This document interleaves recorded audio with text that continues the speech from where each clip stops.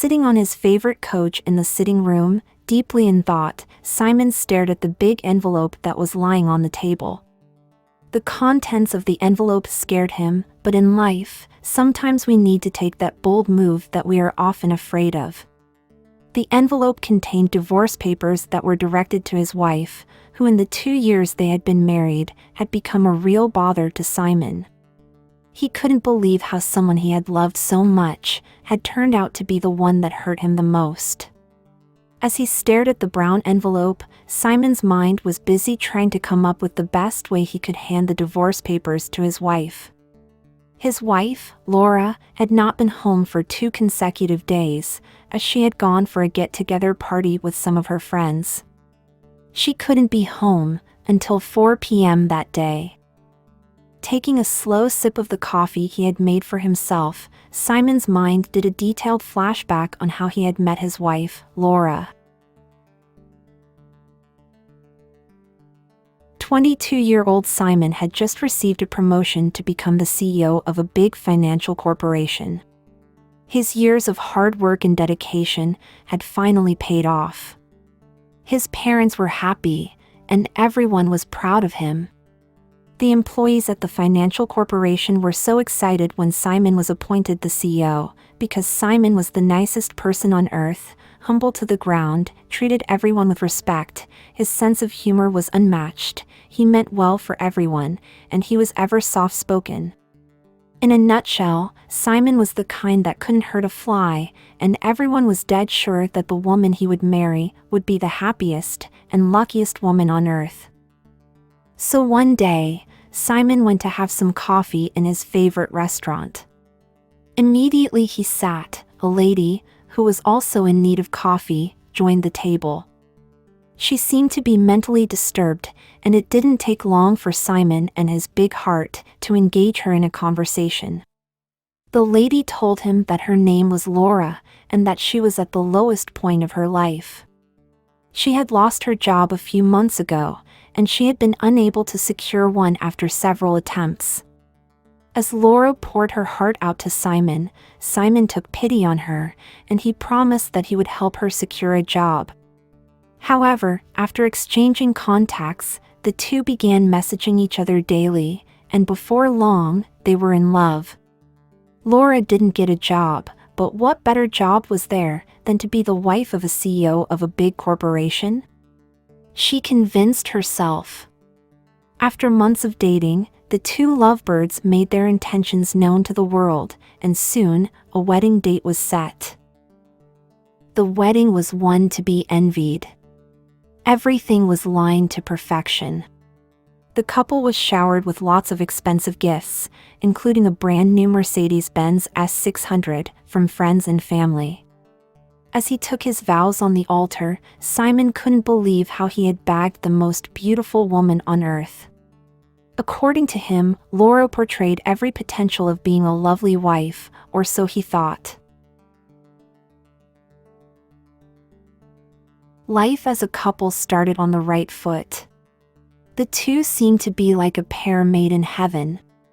Simon was more than determined to become the best darling to his wife, and he was doing everything in his power to make sure that their marriage was a success.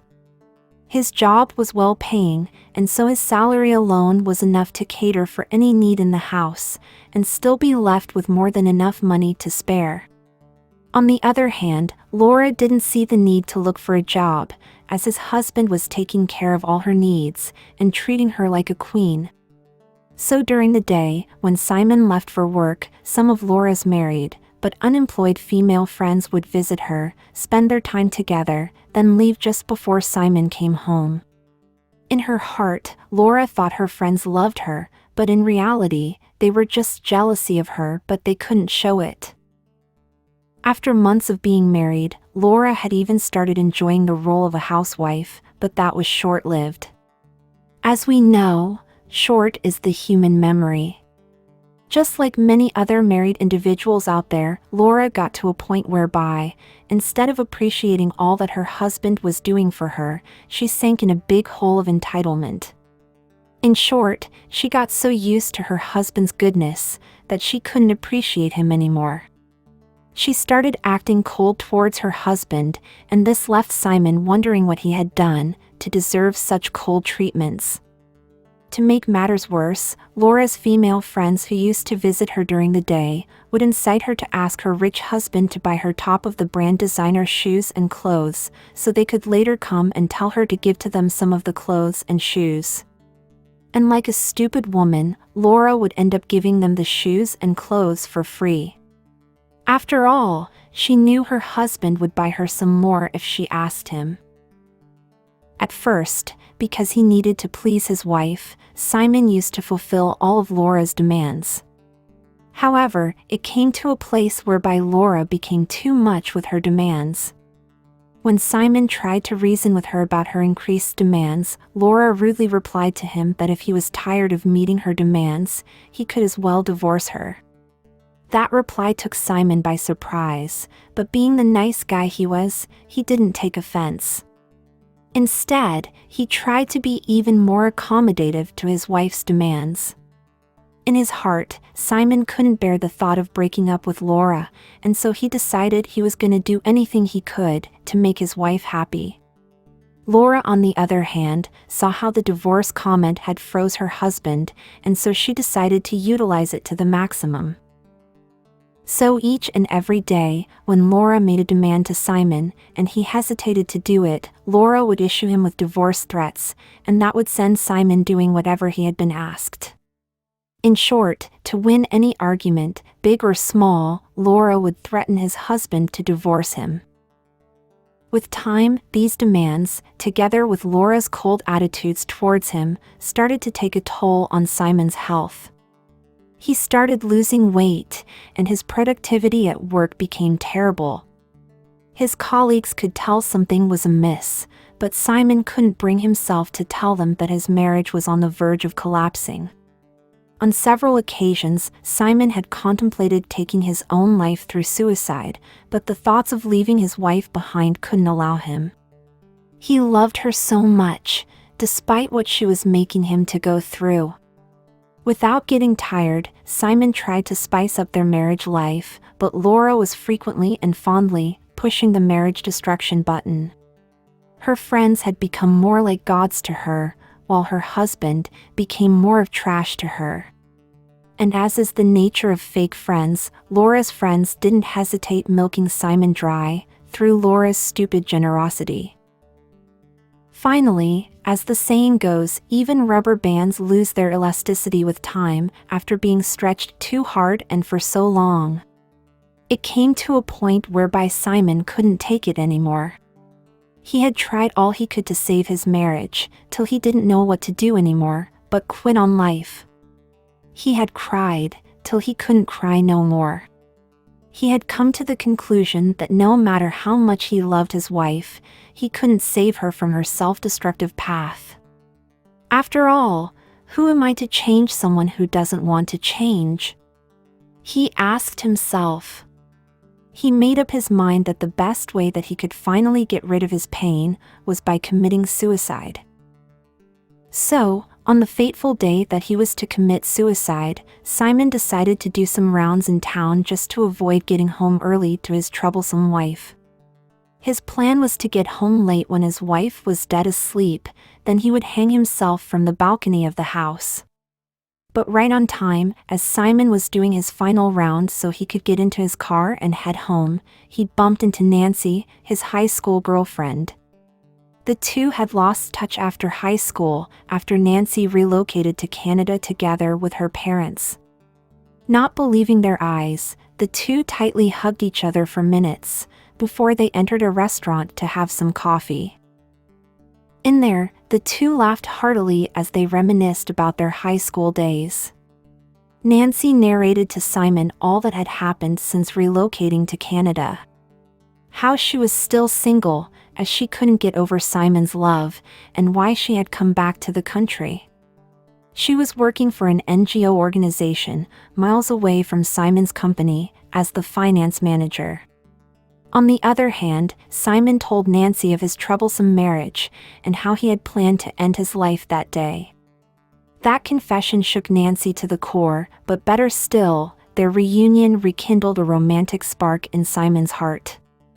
After a lengthy discussion, the two exchanged contacts, and they decided to be meeting often for coffee.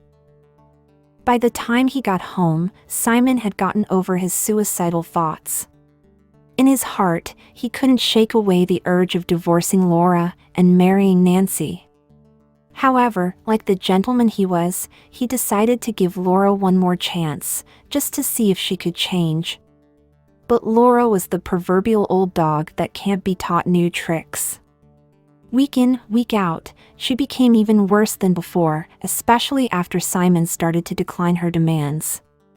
Throwing tantrums all over, she could threaten Simon with divorce comments, but Simon just played it cool, like the sweet husband he was.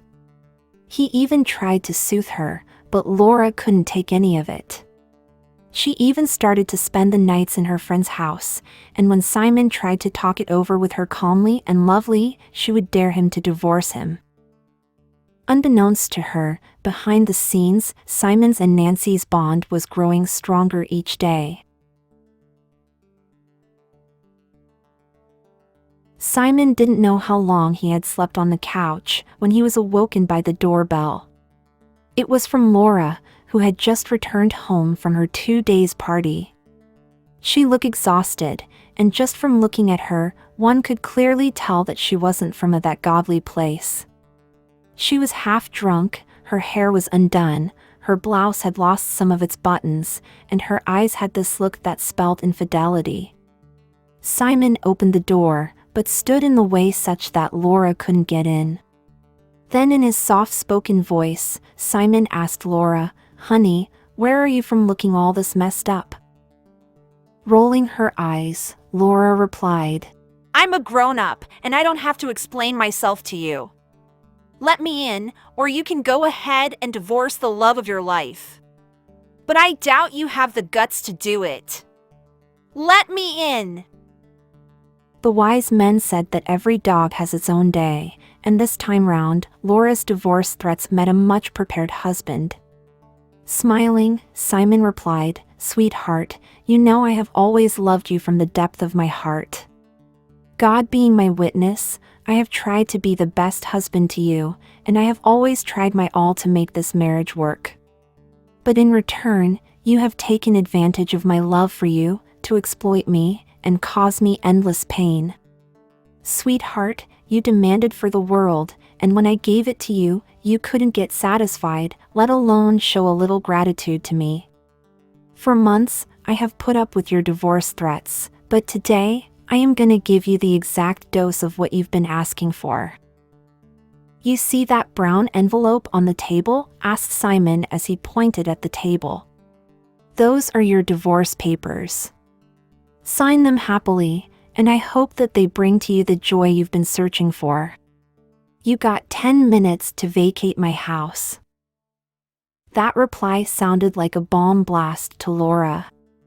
She suddenly became sober, went to the table, picked the envelope, and when she confirmed that they were indeed divorce papers, she fell on her knees trying to beg Simon for forgiveness, but it was too late. The divorce paper had a clause that stated Laura would get nothing from the divorce, because she had literally added no value to the marriage. She was kicked out of the house, and none of her friends, who had diligently helped her to ruin her marriage, came to her aid. They didn't even want a thing to do with her. As of Simon, 3 months later, he married Nancy, and the two lived happily thereafter.